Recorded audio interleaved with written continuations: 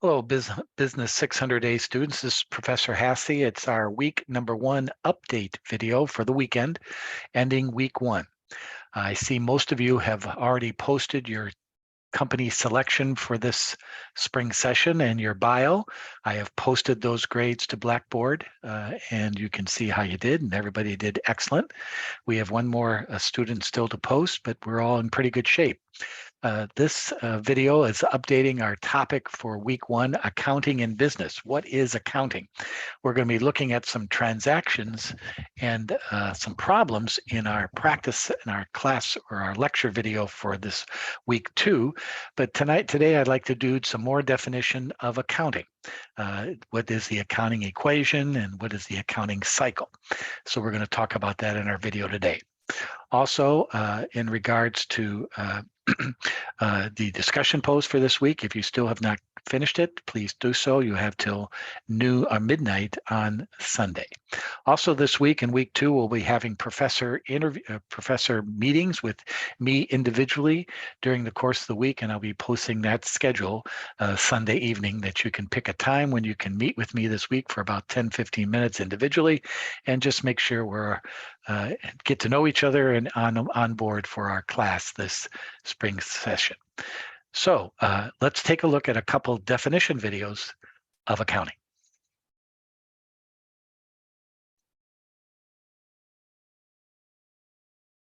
The accounting cycle represents a 6-step process that culminates with the creation of financial statements and with the analysis of financial statements. And we as external stakeholders, of course, utilize that information for the purpose of making decisions, whether it be to invest if you were an investor, or to potentially do business with an organization if you were a supplier, or potentially evaluate it for accuracy if you were a government agency like the SEC, for example.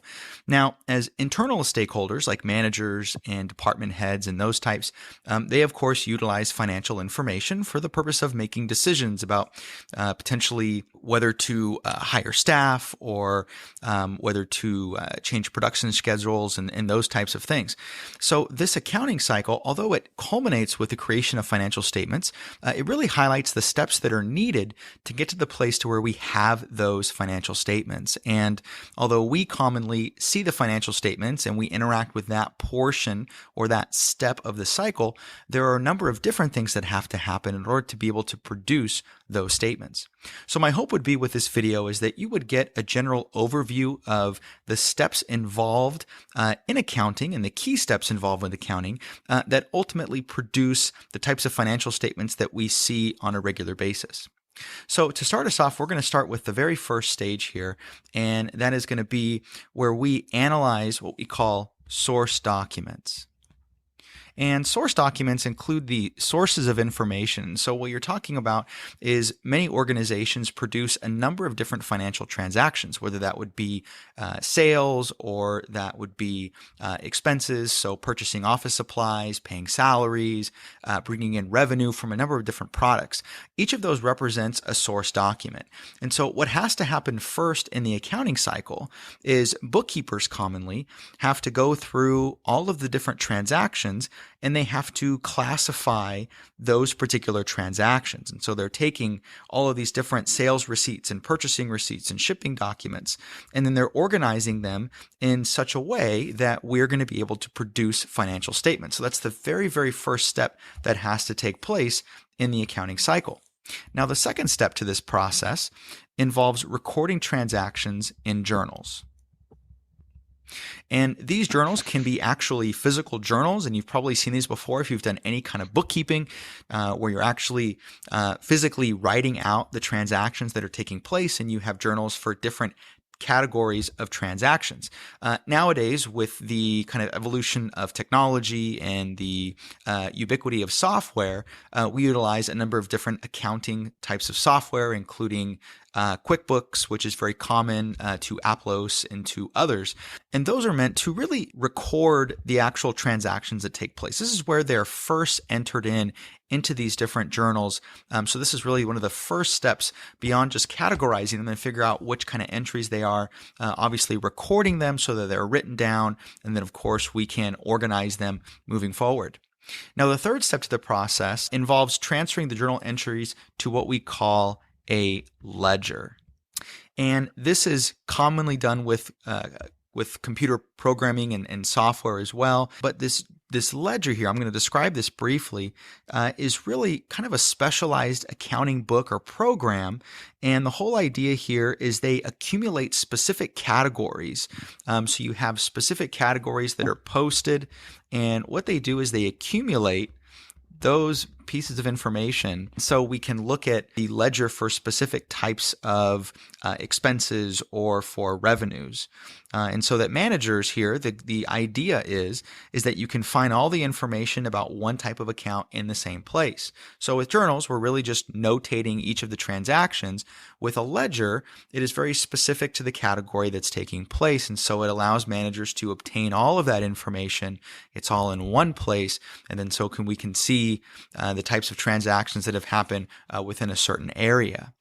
Now, after taking the transfer to the ledger, the next step of the process, which is step 4, is then producing what we call a trial balance. And a trial balance is really what we call a summary of financial data. And it really summarizes what's in the ledgers. And the idea here is that it would allow accountants the opportunity to identify the issues that are going to take place and then, of course, correct them before we move on to step 5. Now, the 5th step in this process is going to be to produce financial statements, or let's say prepare financial statements. And this is rather self-explanatory. If you're utilizing some kind of software, assuming that kind of going back in this process, so kind of going through step 1, assuming that we've kind of taken a look at all of the source documents and categorized them effectively, and assuming that we've recorded them accurately, and then of course being transferred into the ledger and looking just as kind of a quality assurance mechanism in the trial balance, preparing financial statements should be rather simple, especially with today's technology. It really is a matter of a few mouse clicks to produce financial statements, assuming, of course, that they've all been categorized and organized in a fairly effective manner.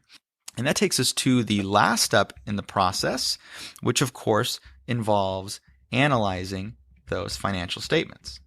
And this is primarily done by accountants who, again, are going to be looking at those statements and trying to identify some kind of trends and then reporting those potentially to the managers within the organization.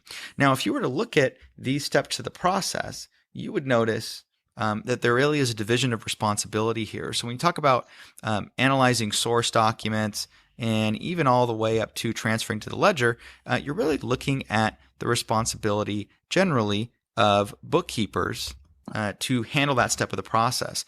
And when it gets to taking a look at the trial balance, preparing the statements, and analyzing those, then you're looking at the role of accountants in this process. And so it really is kind of a shared role between those two individuals to really help produce accurate financial statements. This lesson will reveal the secret of the accounting language. In the previous lessons, it was shown how to tell a business's story using the balance sheet and income statement. It will now be shown how to enhance the storytelling by using T accounts. Everything is done the same way as in the last lesson, except now the accounts within the balance sheet and income statement boxes will be represented by drawing a T for each account. When a transaction occurs, the change in the affected accounts is shown using the T account. Here is the procedure. There are 3 steps whenever a transaction occurs. Step 1 is to determine which accounts are going to be affected. Step 2 is to determine whether the affected accounts are going to increase or decrease as a result of the transaction. Step 3 is to use the specific T accounts to show the increase or decrease in each account. In the previous lessons, it was shown how to complete steps 1 and 2. Now, it will be shown how to complete step 3. In order to use T accounts, the following must be memorized. Imagine the balance sheet and its 2 halves. From the center moving outward towards the outsides means to increase. From the outside, moving inward towards the center means to decrease. With these rules, T accounts can now be used to show how a transaction increases or decreases a particular T account. If we wanted to show that a T account on the asset side was going to increase by 10, we would write 10 on the left side of the T account. It is written on the left side because the left side is on the increase side. If we wanted to show that a T account in the liability section was going to increase by 10, we would write 10 on the right side of the T account. It is written on the right side because the right side is on the increase side. Now, if we wanted to show that a specific asset account was going to decrease by 5, we would write 5 on the right side of the T. It is written on the right side because the right side is the decrease side. If we wanted to show that an equity account was going to decrease by 5, we would write 5 on the left side of the T. It is written on the left side because the left side is on the decrease side. Now what about the income statement? The income statement follows the same rules. Imagine that the income statement is a part of the equity section of the balance sheet. Therefore, the income statement increases as you move from left to right, just as the right side of the balance sheet does. Any number written on the left side of a T account that is on the income statement will decrease net income. Any number on the right side of a T account on the income statement will increase income. If we wanted to show revenue of 10 on the income statement, we would write 10 on the right side of a revenue T account. It is written on the right side because the right side is on the increase side. If we wanted to show an expense of 5, we would write 5 on the left side of the expense T account. It is written on the left side because the left side is on the decrease side. So, as a review, the following must be memorized to use T accounts. From the center of the balance sheet moving outward means increase. From the outside of the balance sheet moving towards the middle means decrease. The income statement increases from left to right. To increase or decrease a T account, you must put a number on the right or left side of the T, depending on where the account is on the balance sheet or the income statement. Once again, there are 3 steps to use T accounts to tell the story of a business. Whenever a transaction occurs, step 1 is to determine which accounts are going to be affected. Step 2 is to determine whether the affected accounts are going to increase or decrease as a result of the transaction. Step 3 is to use the specific T account to show the increase or decrease in each account. Finally, here is the secret of accounting. Memorize this secret. Simply replace the word left with debit and right with credit. Forget everything you know about these words, debit and credit, and simply see them as meaning left and right. Notice the following examples. If we want to increase the asset account by 10, we put a debit of 10. Debit means left. The left side means increase for this account. If we want to increase the liability account by 10, we put a credit of 10. Credit means right. The right side means increase for this account. If we want to decrease the asset account by 10, we put a credit of 10. Credit means right. The right side means decrease for this account. If we want to decrease the equity account by 10, we put a debit of 10. Debit means left. The left side means decrease for this account. If we want to increase a revenue account by 10, we put a credit of 10. Credit means right. The right side means increase for this account. If we want to decrease income by 5 by adding to an expense account, we put a debit of 5. Debit means left. The left side means decrease income. So, to review the secret, left means debit. Right means credit. You must not try to associate any other meanings to the words debit and credit. Do not think of debit cards at a bank or credit to your grade. Only think of them as meaning left and right. If you keep all these rules in mind, using T accounts to tell the story of a business becomes very simple. It just requires practice, like any language learning does. Clear as mud, huh? Well, that's the basics of the accounting equation and the accounting language. We will look at practice problems from chapters 1 and 2 in our work in week 2. And those problems are problem sets 2 and 7, and we'll look at those next week. Also, we'll learn this accounting language. Remember, it's debit, left-hand side, credit, right-hand side.